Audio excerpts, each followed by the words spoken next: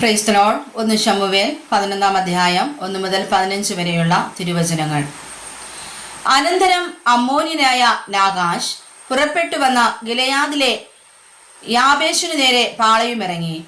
യാബേശ് നിവാസികളൊക്കെയും നാഗാശിനോട്, ഞങ്ങളോട് ഒരു ഉടമ്പടി ചെയ്യണം, എന്നാൽ ഞങ്ങൾ നിന്നെ സേവിക്കാം എന്ന് പറഞ്ഞു. അമ്മോന്യനായ നാഗാശ് അവരോട്, നിങ്ങളുടെ വലം കണ്ണൊക്കെയും ചുഴന്നെടുക്കുകയും എല്ലാ ഇസ്രായേലിന്മേലും ഈ നിന്ന വരുത്തുകയും ചെയ്യും എന്നുള്ള സമ്മതത്തിന്മേൽ ഞാൻ നിങ്ങളോട് ഉടമ്പടി ചെയ്യാം എന്ന് പറഞ്ഞു. യാബേശിലെ മൂപ്പന്മാർ അവനോട്, ഞങ്ങൾ ഇസ്രായേൽ ദേശത്തെല്ലായിടവും ദൂതന്മാരെ അയപ്പാൻ തക്കവണ്ണം ഞങ്ങൾക്ക് 7 ദിവസത്തെ ഇട തരയണം.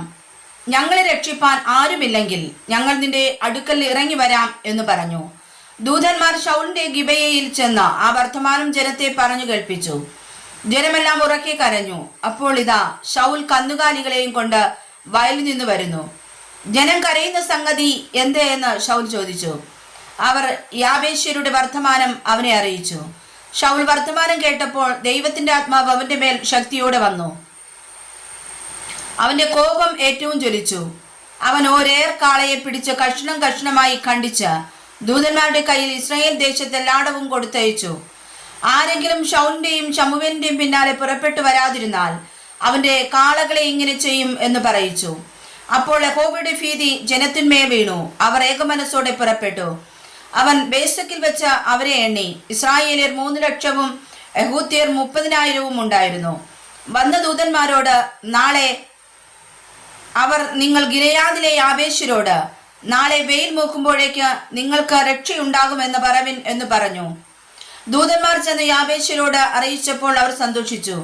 പിന്നെ യാബേശ്യർ, നാളെ ഞങ്ങൾ നിങ്ങളുടെ അടുക്കൽ ഇറങ്ങി വരും, നിങ്ങൾക്ക് ബോധിച്ചതൊക്കെയും ഞങ്ങളോട് ചെയ്തു കൊള്ളുവിൻ എന്ന് പറഞ്ഞയച്ചു.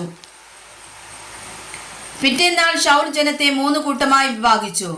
അവർ പ്രഭാതയാമത്തിൽ പാളയത്തിന്റെ നടുവിലേക്ക് ചെന്ന് വെയിൽ മൂക്കും വരെ അമ്മോന്യരെ സംഹരിച്ചു.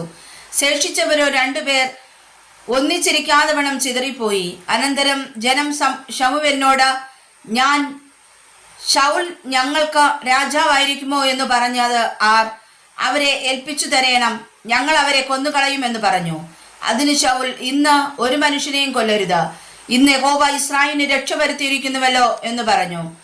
പിന്നെ ശമൂവേൽ ജനത്തോട്, വരുവിൻ, നാം ഗിൽഗാലിൽ ചെന്ന് അവിടെ വെച്ച് രാജത്വം പുതുക്കുക എന്ന് പറഞ്ഞു. അങ്ങനെ ജനമെല്ലാം ഗിൽഗാലിൽ ചെന്നു. അവർ ശൗലിനെ ഗിൽഗാലിലെ യഹോവയുടെ സന്നിധിയിൽ വെച്ച് രാജാവാക്കി. അവർ അവിടെ യഹോവയുടെ സന്നിധിയിൽ സമാധാന യാഗങ്ങൾ കഴിച്ചു. ശൗലും ഇസ്രായേലരൊക്കെയും ഏറ്റവും സന്തോഷിച്ചു. വായിച്ചതായ തിരുവചനങ്ങളാൽ കർത്താവ് നമ്മെ സമർത്ഥമായി അനുഗ്രഹിക്കുമാറാകട്ടെ. ആമേൻ.